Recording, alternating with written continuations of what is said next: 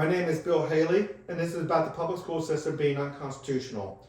There's a couple current cases in the Supreme Court regarding public schools and the constitutionality of different things. Let's go through a few of them, and we're going to be reading some of these in a minute here. This current case, schools must allow parents to opt children out of instructions, especially dealing with LGBTQ issues that substantially interferes with their religious upbringings, apply strict scrutiny to such government actions. Strict scrutiny is all about when government has a legitimate purpose to do something with the citizens, that they get to do it unless it substantially interferes with the parents' rights. So I'm all about competitive school boards, which will solve this issue totally and thoroughly. Obviously, having the public school system as a monopoly that way it is, and you have people teaching things that are substantially flawed from many parents' point of view, and really interferes with their religious upbringing and just their morals and values and the like. So in a big way, the public school system is unconstitutional just because they have laws saying that the public school is going to instruct them about these issues in the first place. They say that you can't be teaching, they shouldn't be teaching anything besides English and reading, writing, and arithmetic. And they shouldn't be teaching anything of moral value. Well, that's rotten in most people's opinion. They should be, but in a big way they can't stop that. Any way you teach is going to teach a moral value. And most parents want moral values. They just want to be able to pick and pick which moral values they want. And I don't want elections of school boards. I want a selection of school boards. Look at competitive school boards. Another case is parents suing for disability discrimination. Again, the ADA and many state laws saying that they have to give special accommodations for disability, a lot of extra teacher hours and a lot of extra stuff. That gets highly expensive, and school boards across the nation are having to struggle trying to either fulfill the obligations or try to get around it, because if you give them everything they have, you just don't have the money for regular teachers to deal with the big bulk of the students. So if you spend so much money on the disability, the people with disabilities, you might take away half the teachers for the 95% of the students. So I don't like those laws in the first place, and there's a lot to get into. Again, competitive school boards will allow every parent to decide what's if you have a disabled child, what competitive school board is dealing with that the way you like it the most. And having laws requiring school boards to give so much funds and personnel to that, it can cause a lot of problems. So in that one, I'm not sure about the constitutionality of it so much. It's just that that's what happens in a monopolistic system versus a competitive system. And if they really need extra, that's where the charity system comes in, and the charity system and the charity economy and the like. Look at the charity economy to really realize how that can be best addressed. Vaccine mandates and religious exemptions. It is so wrong to do religious exemptions. Obviously, I don't want any mandates to begin with, but somebody should not have to have a religious viewpoint and a heartfelt religious conviction not to do something where the government says you have to do it unless you have a heartfelt religious articulable objection to this religious objection. You have to show in your Bible, let's say, where you shouldn't have to do this. That is foolish, and that's a bad way that Supreme Court has gone. That's a bad path that Supreme Court has gone down, where they say you get the religious exemption. No, everybody has religious rights, but you shouldn't be doing mandates where somebody's conscience is really repulsed by certain things that the government wants to teach you. And this is just a vaccine mandate, and that's highly important. You're putting something in somebody's body. You cannot get the public school benefit of a publicly paid for education unless you put a certain chemical in your body. Yeah, I understand that you want to stop certain diseases that are contagious, but that has nothing to do with the COVID vaccine. Anyway, let's get out of that one. But the religious exemption is what I really wanted to focus on here. Is that's a bad pathway for the Supreme Court to go down.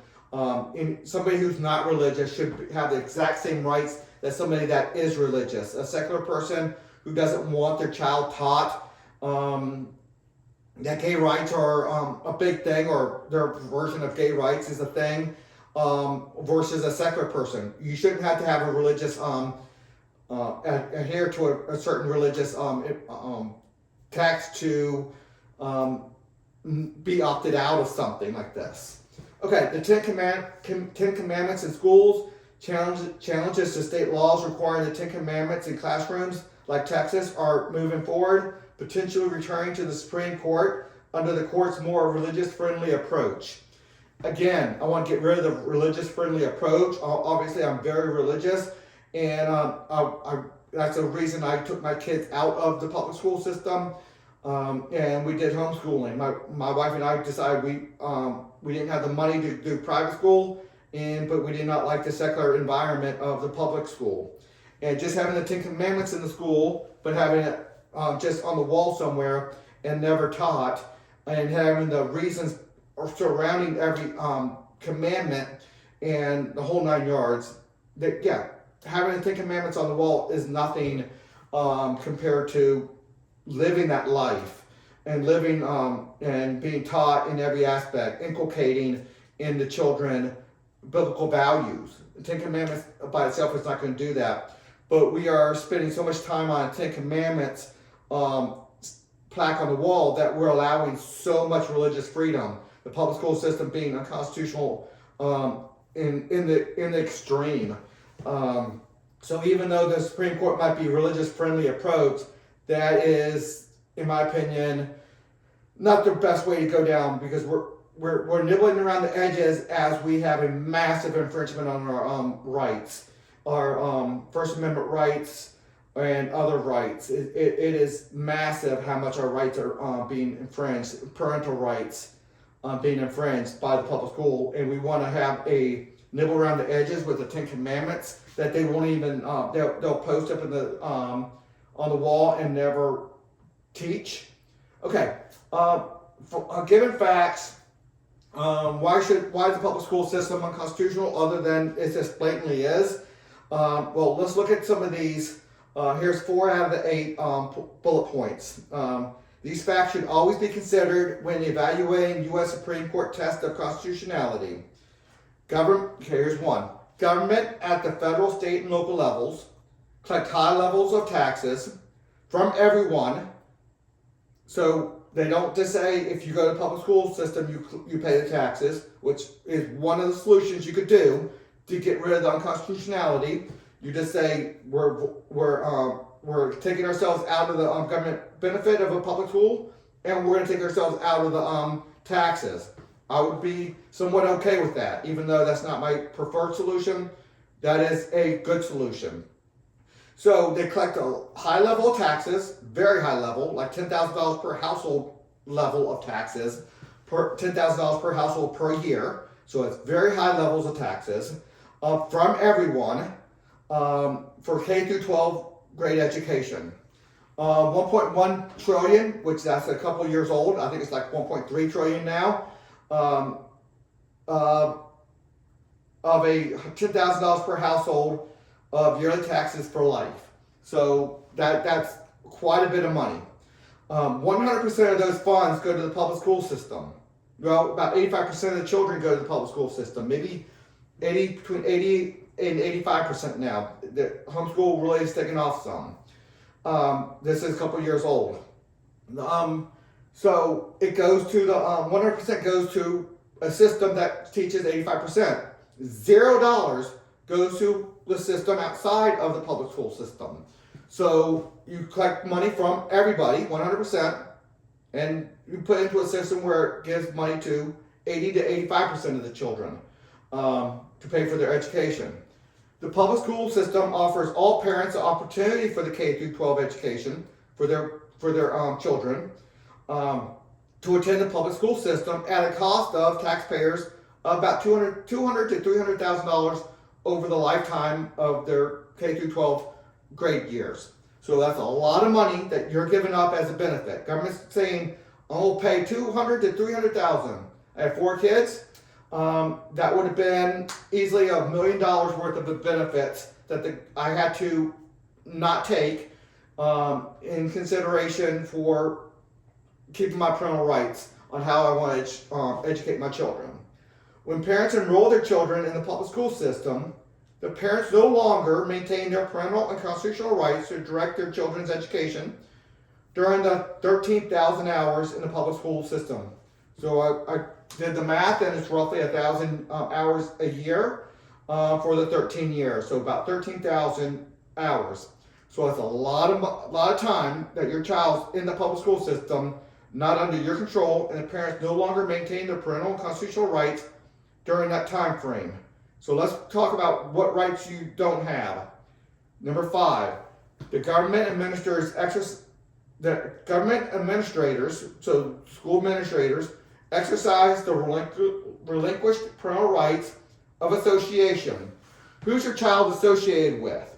One of the constitutional amendments is the First Amendment, and that's a big part of the Constitution. You get to associate who you want to, and the parents have that right over their child. So you get to associate with who you want to, and not who you want to. So it's both ways. You get to choose who you're associated with and not associated with. But you have to give that up to the public school administrator because they choose who the teacher is. Highly, highly important person in your child's life. So that's one of the most important people, and one of the most important decisions parents have is who your child's going to be associated with in that child-teacher relationship. Government administrators also exercise the following relinquished rights. The selection of a school, parents don't have that choice unless they move. Geographic areas. The choice of curriculum, parents don't have that choice.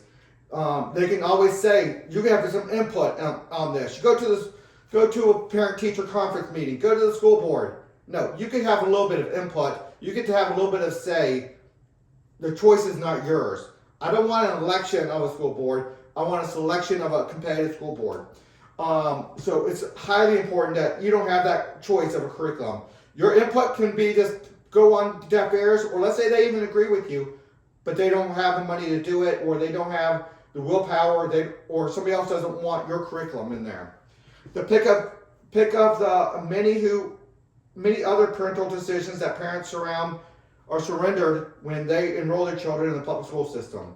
So all the different choices a public school system makes, everything the school board does, the monopolized public school system does, it does for all the children. So if you and your neighbor disagree on how things should be done, well, it can't be done where both of you are happy. Maybe both of you are going to end up being unhappy. They don't like it, you don't like it, you don't have a choice, they don't have a choice. If you want that benefit of $1 million for 4 children of a public benefit, then you have to surrender your parental rights. Government administrators teach in a secular environment, necessarily monopolizing over 1,000 hours a year, so about 13,000 hours over your child's life. And those hours are the most essential hours in which to inculcate children in their family's faith, yielding deep secular inculcation.